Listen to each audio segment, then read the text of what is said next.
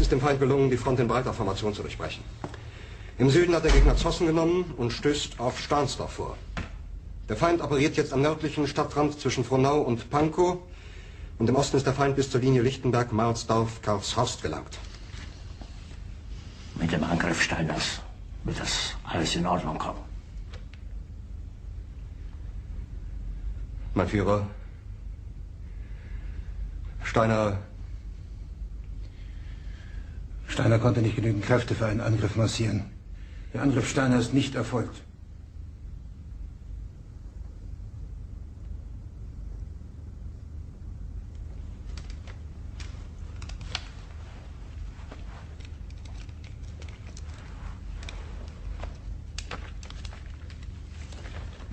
Es bleiben im Raum Keitel, Jodl, Krebs und Burgdorf.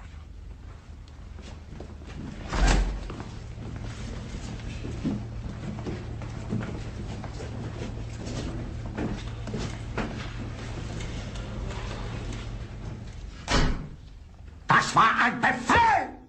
Der Angriff Steiners war ein Befehl! Wer sind Sie? Dass Sie es wagen, sich mein Befehl zu widersetzen! So weit ist das also gekommen. Das Militär hat mich belogen! Jeder hat mich belogen, sogar die SS!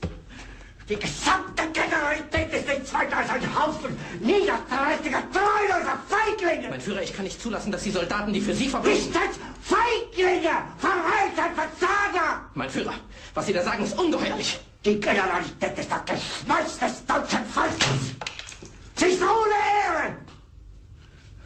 Sie nennen sich Generale, weil Sie Jahre auf Militärakademien zugebracht haben, nur um zu lernen, wie man Messer und Gabel hält! Jahrelang hat das Militär meine Aktionen nur behindert. Es hat mir jeden nur ersichtlichen Widerstand in den Weg gelegt.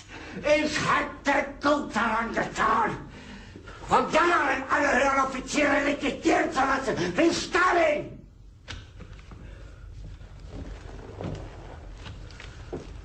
Ich war nie auf einer Akademie.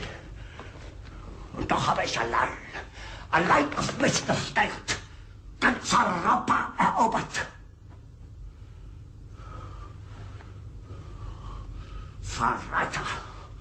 Von allem Anfang an bin ich so verraten und betrogen worden. Es wurde ein ungeheurer Verrat geübt am deutschen Volke. Aber alle diese Verräter werden bezahlen. Mit ihrem eigenen Blut werden sie bezahlen.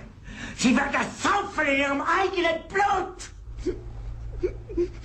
Bitte gerne. Jetzt beruhig dich doch.